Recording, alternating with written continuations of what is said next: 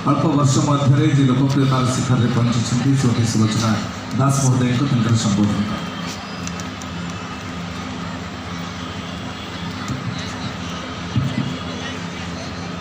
जय जगन्नाथ समस्त को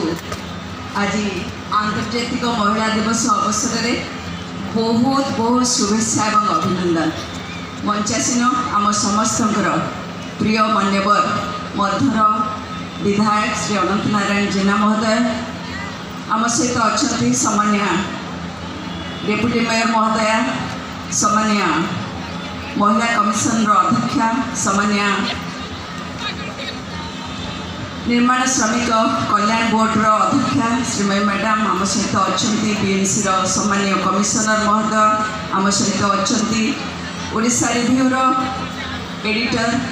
कस्तूरी मैडम आम सहित अच्छा महिला WCT department adviser Sumitra madam एवं आम सहित अच्छा मिशन शक्तिर एडवाइजर आमर स्टैंडिंग कमिटी कल्चर चेयरपर्सन आमर कॉर्पोरेटर भाई पप्पू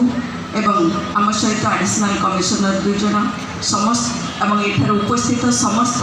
सामान्य कॉर्पोरेटर भाई माने एवं समस्त मोर भौणी मैंने जो मैंने आज उपस्थित अच्छा एवं भाई मैंने जो मैंने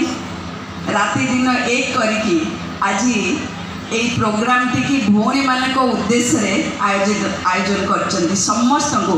मो प्रणाम जनाइबा सहित बहुत बहुत शुभेच्छा एवं अभिनंदन जनाऊँ एवं धन्यवाद जनाऊँ अंतर।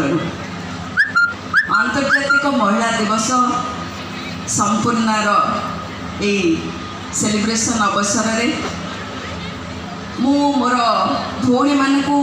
भाई मानक समस्त को गोटे कथा कहबी। आज माननीय मुख्यमंत्री श्रीजुक्त नवीन पट्टनायक नेतृत्व में महिला सशक्तिकरण में ओडिशा उदाहरण सृष्टि करछि कथा आम समस्ते जानती। माननीय मुख्यमंत्री आज प्रत्येक क्षेत्र में से अर्थनैतिक क्षेत्र हो सामाजिक क्षेत्र हो बा राजनैतिक क्षेत्र हो महिला मानकर स्वतंत्र परिचय आज सृष्टि हो पार्टी आउपाई आमर समस्त श्रेय आम दबा माननीय मुख्यमंत्री श्रीजुक्त नवीन पट्टनायक को किंतु आ भितर मु आउ गोटे श्रेय देवी मोर समस्त भौणी मानक जो माने ये स्वप्न माननीय मुख्यमंत्री ताको साकार करिबारे बहुत बड़ अवदान से रही से माने न चाहिए से माने जदि आग को न आसी थांते ताहले केबे मध्य ये स्वप्न साकार हो पारि न थांता। तेणु आज